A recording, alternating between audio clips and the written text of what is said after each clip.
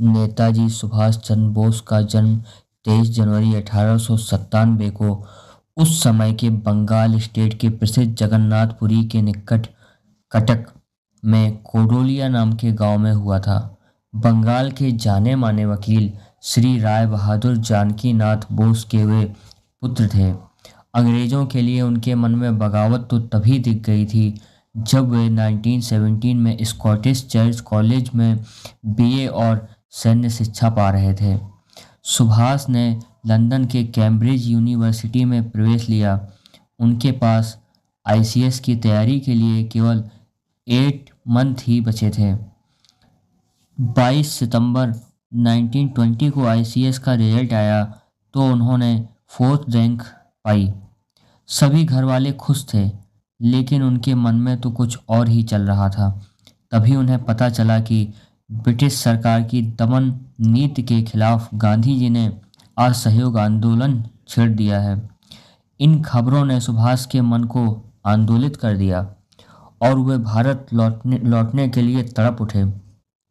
22 सितंबर 1920 को उन्होंने अपने भाई को एक लेटर लिखा, जिसमें उन्होंने लिखा था कि जब मैं आपसे अपील कर रहा हूं कि आप मुझे आईसीएस से त्याग पत्र देने की अनुमति दें, तो मैं आपका अनुग्रह अपने लाभ के लिए नहीं बल्कि अपने अभागे देश के लिए चाहता हूं, जिसको पूर्णतः समर्पित जनों की अधिक आवश्यकता है।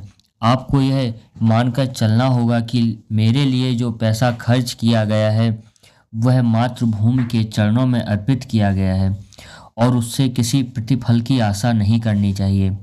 मैं जीवन की अनिश्चितताओं से बिल्कुल नहीं घबराता हूँ और मैं अच्छी तरह जानता हूँ कि मैं जानबूझकर आर्थिक हानि और शारीरिक असुविधाओं को गले लगा रहा हूँ। मैं यह भी जानता हूँ कि अपने कार्य के कष्टदायक परिणामों को सहने के लिए चाहे वे तात्कालिक हों या दीर्घकालिक, लेकिन मैं तैयार हूँ।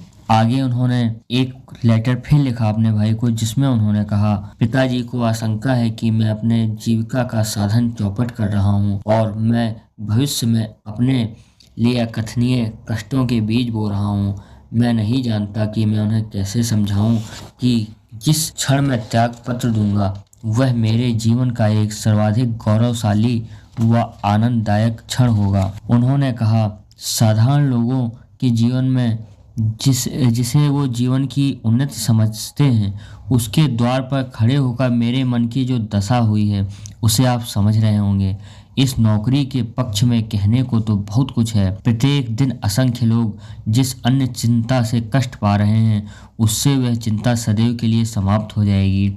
जीवन की सफलता या असफलता के संबंध में कोई संदेह या शंका भी नहीं रहेगी। परंतु मेरे जैसे विचार वालों के लिए, जिनका जीवन एक असीर बेढंगापन लिए हुए हो, निश्चित जीवन झेलना ही श्रेष्ठ मार्ग नहीं है। सांसारिक उच्चाकांक्षा जिसके जीवन में प्रथम दर्शन का कार्य नहीं करती, उसके लिए संशय व विपदाएं इतनी भयावह नहीं होती। यह बात सत्य है कि आईसीएस की श्रृंखला में बंधकर देश के लिए वास्तविक कार्य करना असंभव है। सिविल सर्विस के कानूनों का अनुगामी होकर राष्ट्रीय तथा आध्यात्मिक भावों को उसमें नहीं मिलाया जा सकता।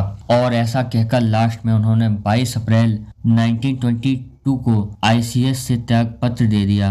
लंदन स्थित इंडिया ऑफिस में तहलका मच गया, क्योंकि अभी तक के इतिहास में यह अपनी पहली तरह की घटना थी। जिस आईसीएस पद के लिए उस जमाने में अंग्रेजों के बच्चे भी तरसते थे, उसे सुभाष चंद्र बोस ने हंसते हंसते लात मार दी और उन्होंने कहा कि ऐसी नौकरी को तो मैं हमेशा लात ही मारूंगा जो मेरी भारत माँ की लूट के लिए बनाई गई है। और उस दिन के बाद से सुभाष चंद्र बोस, जिन्हें हम नेताजी के नाम से जानते हैं, उन्होंने भारत देश को स्वतंत्र कराने के लिए संकल्प ले लिया।